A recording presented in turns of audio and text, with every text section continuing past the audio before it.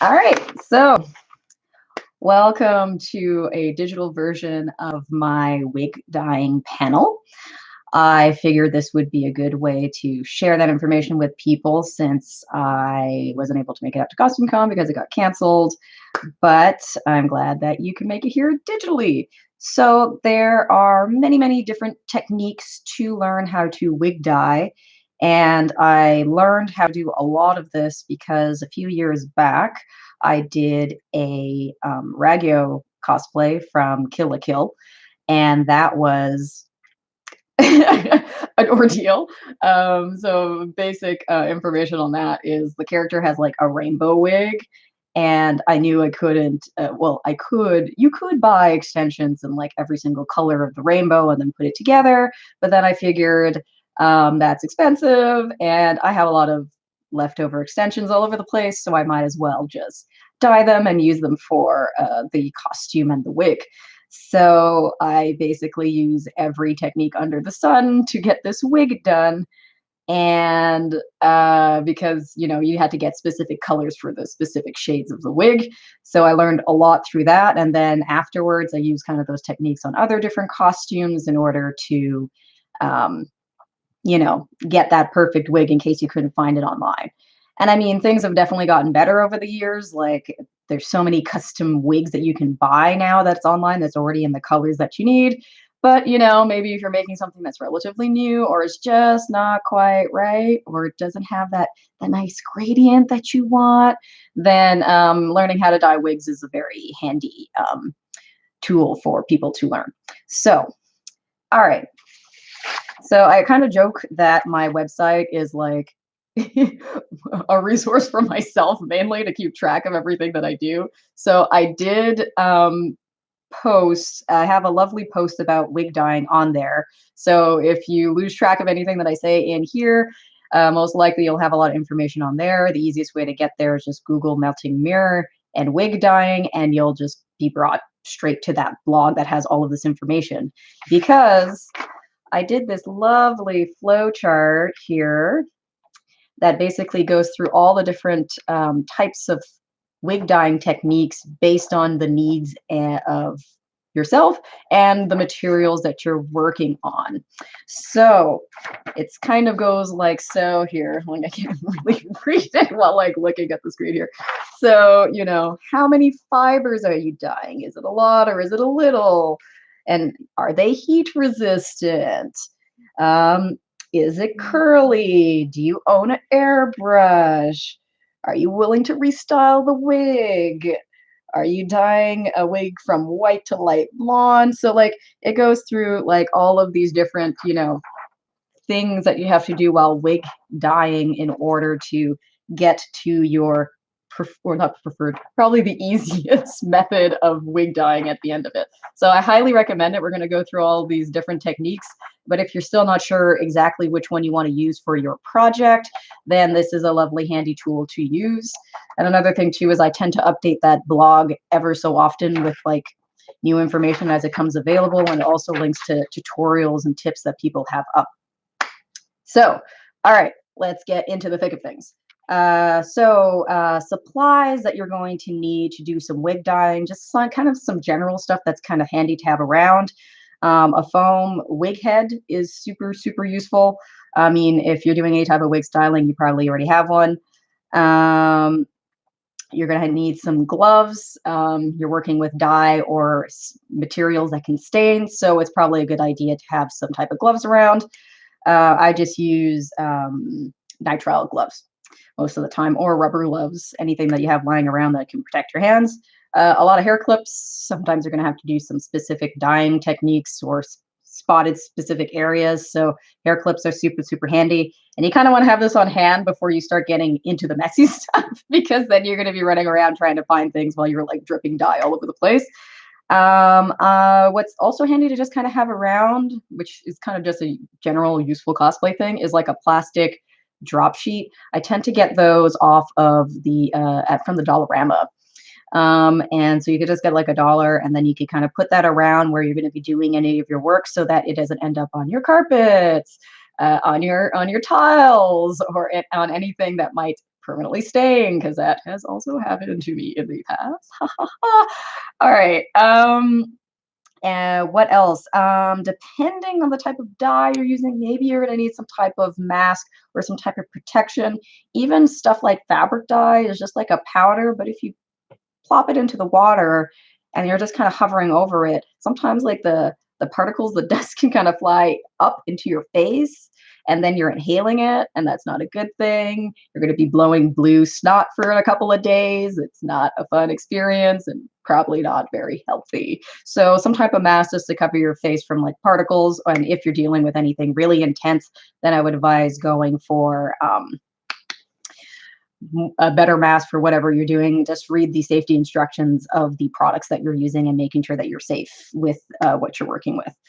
And then let's get a little bit more into some general notes or advice. So the technique that you're going to be using is going to vary with the type of fibers that you're working with. So not all wigs are the same. Some are heat resistant, some are not. If it doesn't mention anything on the wig saying that it's heat resistant, then proceed with caution. I mean, with anything, you usually want to do a little bit of a test run first. So if you have a wig, cut off a little section of it first, test it off on that little section first. Or what you can do as well is you could buy some extra extensions from that seller, and then you have at least like a little swatch that you're working with, so you can test out exactly the results that you're hoping for with the different methods that you're using. So it's better to do that than just throwing your wig into the pot and then finding out that it melted because it's not heat resistant. So it's always good to do a little test run first to make sure that you're not going to ruin that lovely wig that you got, and then you're on the hook to spend more money on a new wig. General note, you can dye wigs darker, you cannot dye them lighter. So you're always going to want to progress a little bit from darker to darker when you're going to be working with the wig. So say you're starting with like a light purple, then maybe you can dye it grape, and then maybe you can dye it like super dark purple or even black. You can go along that line, but you can't go backwards. So that's something to be mindful for. If you're looking to like dye a brown wig white, well, that's not going to happen. You're going to have to just get a white wig. Although there are some techniques to get lighter colors in there, we'll get into that later. So what I normally start with most of my wig dyeing projects is usually just a straight up white wig or silver wig. It doesn't get any easier than that. It's a really good base, and it can go almost any color from there. So I would suggest starting with a white or silver wig if you're going to be doing any type of wig dyeing project. And then depending, maybe if you have like a really peculiar look that you're going for, you might be able to just get a color and then dye certain sections. But as I was saying, you're going lighter to darker, and then you start getting into this fun little phase when you start trying to add colors to colors, right? So, if your starting wig is I don't know, dark blue and you need red, well, you might run into some issues, but if your starting wig is red and you need to add purple, then maybe, a little color theory stuff, maybe you're dyeing it with a little bit of blue. So there's certain ways to kind of work around it, but if you want to just get like the exact colors that you're hoping for, the best way to do it is to start with a white or silver wig. All right. Yeah, okay, great. So let's get into the first technique. So this is as old as cosplay.com. I'm sure some people have maybe seen this tutorial back in the day. Ink and alcohol. So there's a few different ways of doing this. There's like people cut up Sharpies.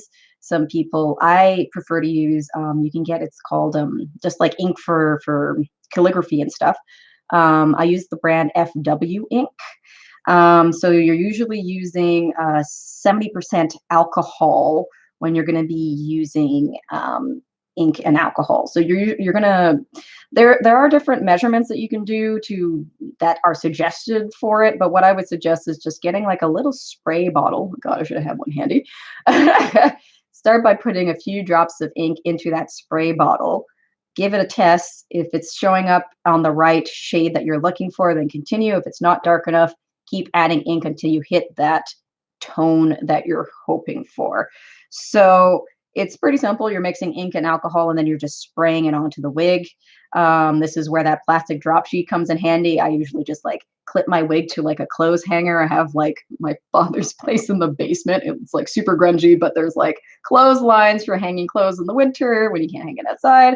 I just like clip the wig onto that. I have a drop sheet underneath, and then I just spray it with the alcohol and the ink, and then it'll drip, drip, drip. So that's why you need the plastic drop sheet, and then you just have your lovely colored wig afterwards. So you give it a quick little rinse, and then you're gonna comb it out, and there you go. We've got a dyed wig. So the pros of this technique is that you can dye or color a really big amount of fabric pretty easily. You're just going to have to make sure that you're parsing the hair as you're going along, because if you just, say you have the wig, it's there, you're spraying it.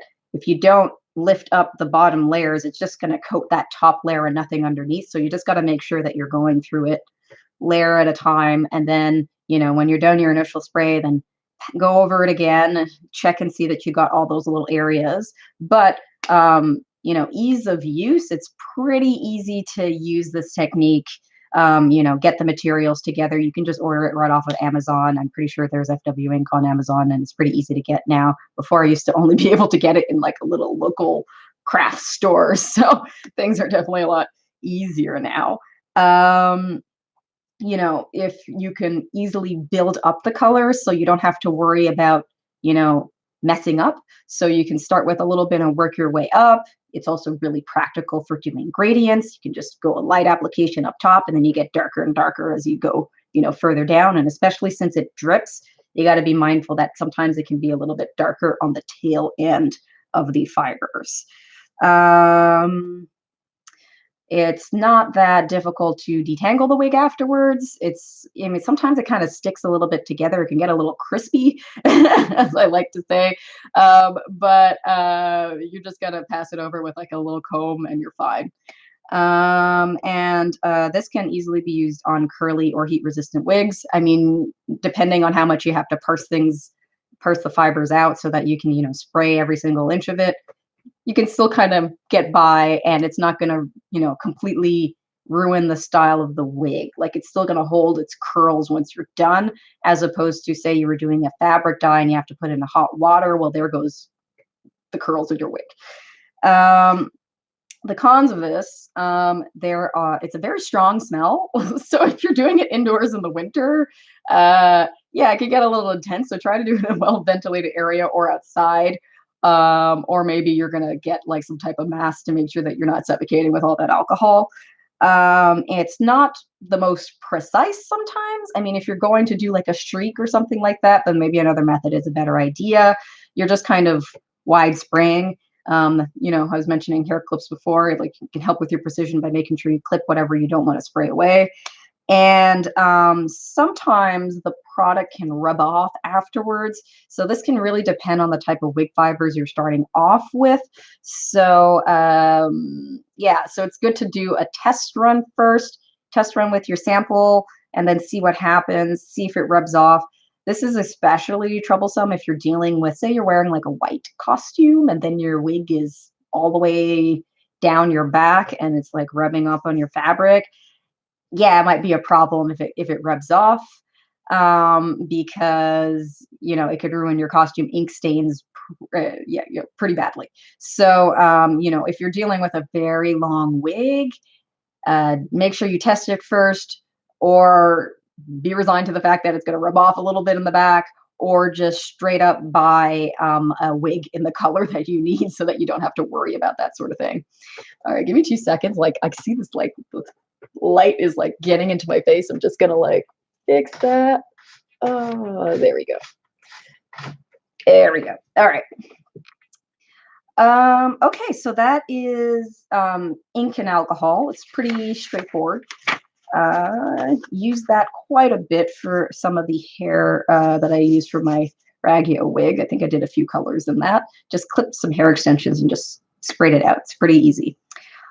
Since then, my new favorite method for dyeing wigs is to use an airbrush. I know that there is a little bit of a price point issue there. I mean, it's not everybody has an airbrush or can afford an airbrush. We're going to go through it, but a quick way or an alternative for airbrushing is you can buy, oh God, what do you call it? It's basically like dye in a can. I'm trying to remember what some of the brands are called. Ooh, I'm having a moment. Um, but you can buy them in Michael's. It's basically like you can dye fabric with it. You can dye wood and things like that with it. So you can actually buy dye in a can. It's usually found in the t-shirt like fabric section, with the fabric paints and things like that. So if you can't afford an airbrush, there are alternatives to get that in there. So you could look for dye in a can, and that actually works just as good as the airbrush. So I actually got my airbrush off of Amazon for like $100. It came with some paint with it, the whole air compressor, hose, and then the gun and everything. So it was just like $100 done, and I use it for um, wig dyeing. I use it for, airbrushing armor and costume stuff. So, I mean, just as a practical tool, like you put in the investment and it kind of pays out really well in the long run because I use it for almost anything. So, how does this work? So you can airbrush with Airbrush Acrylics. You can airbrush the ink. So if you already have accumulated ink for the other method, you can use it for this. Only downside for that is that you can burn through the ink very fast. You definitely get more bang for your buck if you do the ink and alcohol method with the ink as opposed to the ink in the airbrush gun. Like I was mentioning, like sometimes you can get away with like just a few drops of the ink in the alcohol and you get most of the wig done, as opposed to you put a few drops in your airbrush and it doesn't even like do anything. So, be mindful of that. I mean, if that's all you have on hand, then by all means you can use it. But what I tend to use is Airbrush Acrylics. And what's great about this method, and similar to with the inks as well, but I mean, you have to accumulate quite a few before you can do this, is mixing and getting the right color is super easy. If you just have a bunch of acrylics, you just mix it like you're mixing anything and you're going to be painting, like, say, your armor or whatever. You just mix your colors, you put it in the airbrush, and then you go. Amazing. So what's also great about airbrushing is that you can airbrush colors that are lighter than the wig. So to get enough buildup, um, somebody was asking if you could put the ink and the alcohol in the airbrush. I'm going to say probably, yeah, you should be able to. Yeah, I haven't really tested it out. I guess I was very wasteful with my last run when I just put the ink directly in it. But yeah, you should probably be able to do the ink and the alcohol into the airbrush and get a similar look as just spraying it with a spray bottle. I mean, it's just replacing the spray bottle and the delivery mechanism, so why not? All right. So yeah, if you're doing a light airbrush, light colored airbrush, you really have to build up the color. So yeah, you can do it, but you might end up with a very crispy wig because what happens is that you're adding like a layer on top of the fibers, so it can get pretty thick. So is it doable? Yeah. Would you do an entire wig in a lighter color? I would advise against it. So like if you just had to add like some little details, like maybe little streaks, little highlights, you can do that in a lighter color with the airbrush. Yeah, so just one thing you have to be mindful of is the buildup. It can make the fibers like a little crispy. So similar to the ink and alcohol method, you got to parse out your hair and just make sure that you're getting every little bit of it. And it's great for just, doing spot dyes, I guess, or like dyeing roots and things. It's just nice to get that lovely added bit of color. I just love this technique too because you can have like a completely styled wig and just add the color on top. It's just that easy. You don't even have to like take it apart. It's great. I use this one all the time. So the only thing that you'd have to be mindful of is like you just have to test it like anything else. I recently used this method on it was a so there was double techniques. It's a artist silky wig, and then I dyed it, and then I airbrush color on top of it. And it really did not agree with the airbrush color that it was rubbing off a little bit. And normally that stuff just sticks on and never goes away. So when I would like spray hairspray on it, it would start like coming off onto my hands. Like, yeah. So you got to be mindful of that. There's depending on the different fibers you're dealing with, sometimes it can come off or rub off, but for the most part, that it stays pretty stuck. Another thing that's super neat is if you want to make a very cheap, shiny looking wig look spectacular, when you airbrush things, it kind of mattifies it a little bit. So you can get rid of that like horrendous shine of those cheap wigs by just adding a nice little airbrush layer over it. It can even just be in the same shade of the wig that you're using. And I'm definitely using that trick for some wigs that just aren't just a little too shiny, like giving you that like Halloween costume, party city kind of vibe. So it's a really, really useful technique for that. It's like a nice little trick. Okay.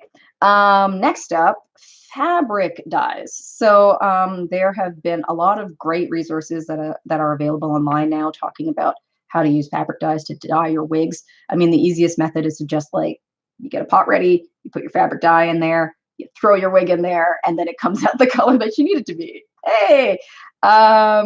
So what I would advise looking up is I believe Arda has this, and so does, I think Cowbutt Crunchies put up a lovely color chart of like, here's the dye, and if you leave it in for X number of seconds, minutes, this is the color that you get. So you have this entire range so you can know exactly what you're aiming for. It gives you a little bit of an idea. I would still test run with a swatch before you do this. But dyeing with fabric dyes works. First off, you can do it with regular fabric dye. So regular fabric dye is not necessarily for synthetic fibers, but still works most of the time. It's just not as intense as if you were to use a polyester dye. So I tend to use polyester dyes whenever I'm dyeing any wigs because the hair, the fibers are basically plastic. So you want to use something that works for plastics. But that's not to say that regular fabric dyes don't work. I actually used quite a few of them in the past. Had no issues. It's just a matter of trying to get that right color. You might have to experiment a little bit, which is the case with the polyester dyes too. But you can get a way more intense color with the polyester dyes. So simply you're boiling water, you add your dye, you mix it in, you make sure that it's well combined.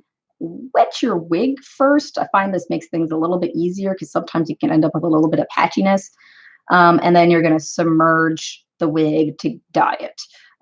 You can also do gradient dyes with this as well. You kind of submerge it and you slowly pull it out. And the longer that the fibers at the bottom are staying in there, those ones are getting more intense and more dark.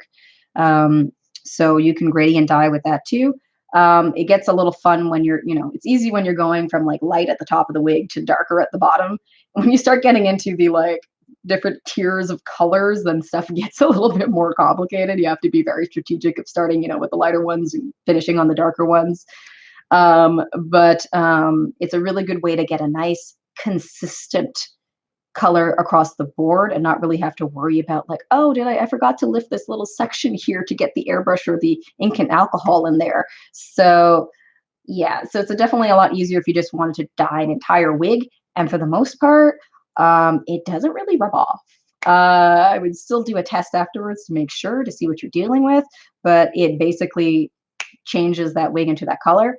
And as opposed to all the other methods mentioned before, it doesn't leave your wig crispy or anything. It's not adding a layer. It's kind of more changing the actual fiber, right?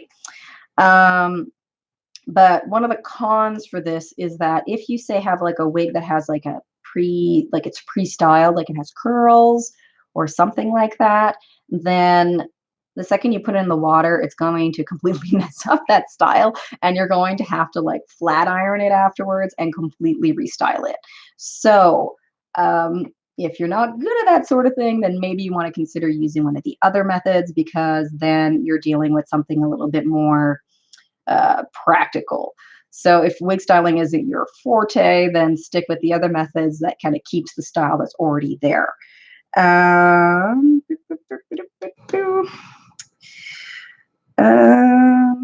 yeah, that's the gist about fabric dyes. You gotta make sure you got a good comb afterwards. Um, you're gonna want to uh, give your wig a little rinse to get rid of excess water afterwards. You gotta find a place where it can dry and not have it drip all over stuff, because it might stain things. And then you're gonna have to comb it out and restyle it, probably with heat tools. And so if we're talking about heat, then your wig has to be heat resistant in order to do this method. So if you're uncertain whether your wig is heat resistant, you can try with like a swatch first, try a little bit first, or check the label, or you just use another method if it really isn't heat resistant. Okay. Take a little water break. I'm just like rambling. I'm going so fast. I think we're going to finish early. Okay, we talked about ink and alcohol. The more, I guess, direct way of also using ink and alcohol is to just straight up Sharpie your wig. So I would recommend this for like very small batches. Can you take a Sharpie to your full wig? Sure. You will probably need a lot of Sharpies to get to the covering the entire wig. So I would advise against that. It's also hell expensive to just completely dye your wig with Sharpies.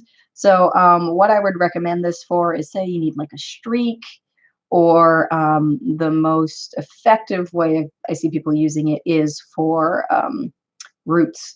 So if you have a wig that most wigs are just kind of like one consistent color throughout, which, it's good, it's fine. But if you're trying to have something that looks slightly more natural, you're going to want to darken the roots. So you're going to go in, I have a Sharpie here. This is like a humongous Sharpie.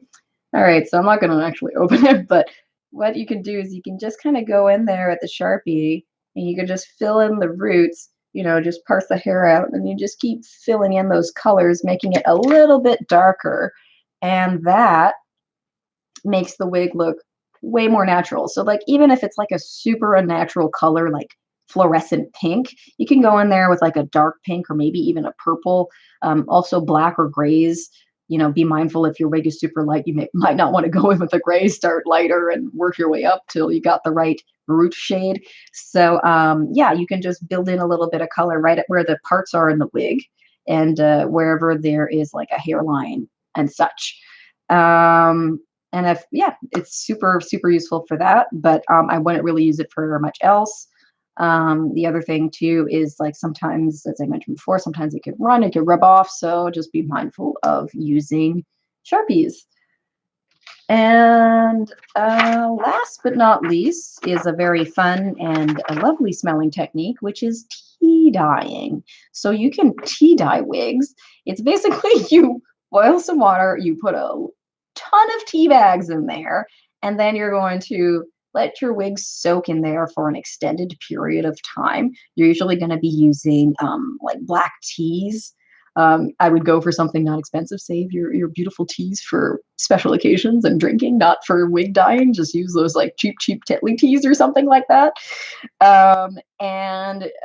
What's very specific use for this is, you're starting off with a very light blonde, a white or a silver wig, around that range, and you want it to be slightly darker and or more natural looking. So it gives it kind of just like a slight brown kind of tinge that makes it look like natural blonde hair.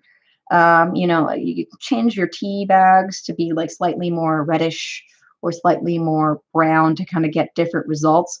And then you end up with a wig that just smells amazing. But it's very specific to use for that. So I mean, it's very limited use, but it's an option. If you want to use it and you want something a little bit more natural than using a bunch of dyes, then that's an idea. So I mean, I once bought like I think it's a titanium blonde wig to do a Ravenna costume. And I mean, it was the right color, but I'm like, it doesn't quite match. Like, it doesn't go too well with my skin tone. I need to kind of tone it down a little bit. So I put a bunch of tea bags in, sorry, boil the water, put a bunch of tea bags in, let the wig soak in there for, I think I left it for like a couple of hours. I mean, it doesn't really matter. We're not leaving the water on in heated. It's as opposed to when you're dealing with, fabric dyes and whatnot. This one, you just kind of turn off the stove and then you just put your wig in there and then you come back to it eventually and see it's holding up. And you don't have to worry too much about it getting crazy dark. It's not going to completely change the wig into a crazy color. And then the other thing too is that this is kind of temporary. It's not like it really changes the fibers of the wig. You could probably just rinse it out afterwards. So I mean, it's a very temporary solution. But at least you can kind of, go at it again if you don't get it right the first time. But yeah, it's super, super subtle and for very specific uses. So, and that's the tea on that, I guess. That's the gist of the panel. I hope you found it useful. I mean, now I guess it's question time if anybody has specific questions. I basically use these techniques on several different wigs at this point. I was trying to think of the projects. I did compete for WCS a few years back, and one of the wigs had like a gradient blonde to like orange. And I've also used it for like a fall fairy look. So what I used for that was a lovely little airbrush with orange, which is really nice. I had some wigs that I just wanted to add a little bit more dimension to, so I've added like a little bit of white to kind of make it, have a little bit more texture and look to it.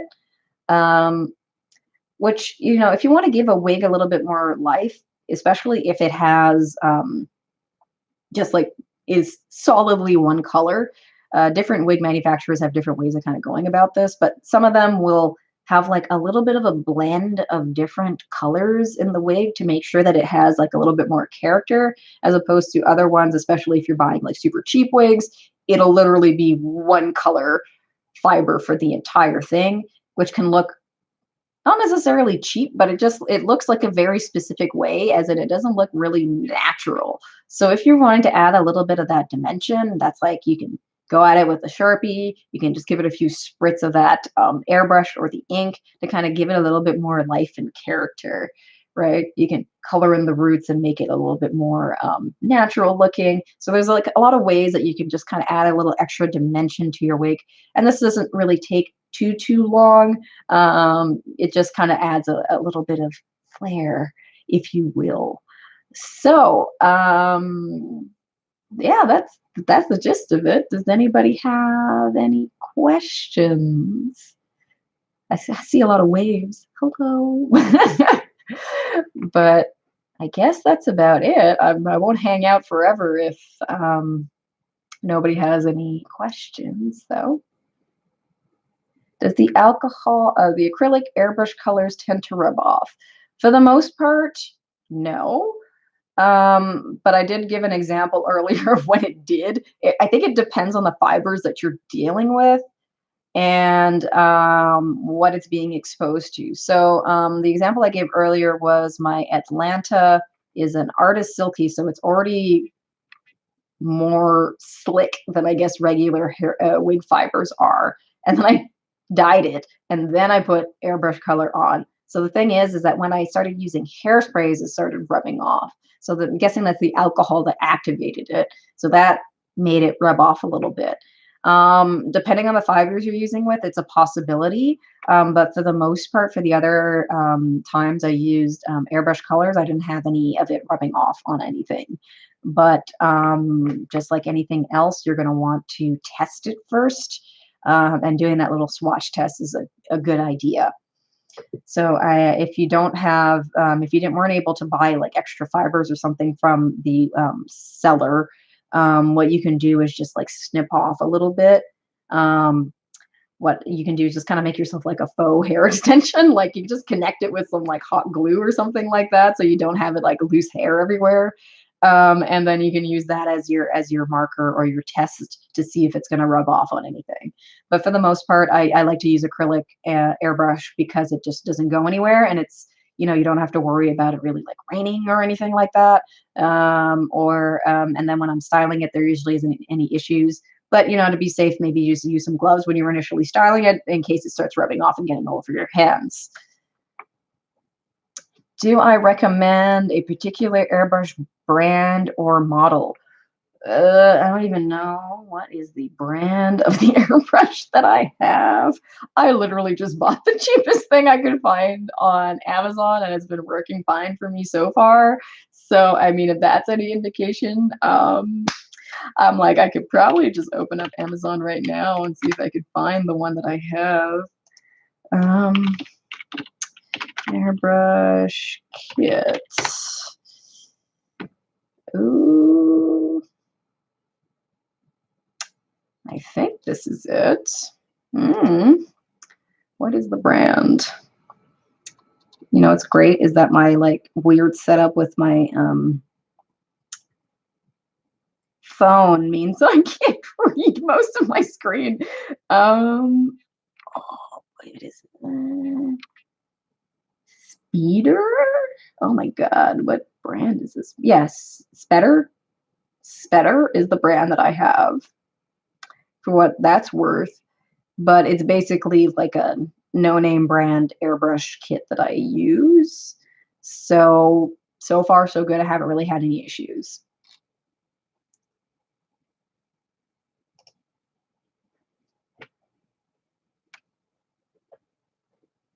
Anybody else?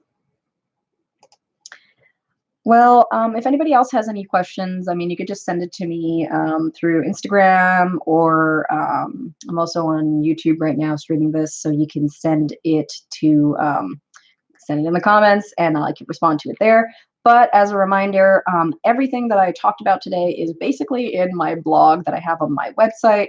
I'll say it out, but it's probably easier to just Google melting mirror and wig dyeing, and everything is there, including the lovely flowchart. You know, take the guesswork out of it, and it'll tell you which technique suits your needs. Yeah, so melting mirror and then wig dyeing, but the direct link to the blog with all of this information is meltingmirror.ca/cosblog, as in cosplay blog, so COSBLOG/wig dyeing guide. I also have a link to my blog and website. What is it called? On my bio on Instagram. If you look up tutorials in my lovely little list of topics, you'll be able to find it there. So I hope everybody learned something new today. Thanks for coming out to my digital panel.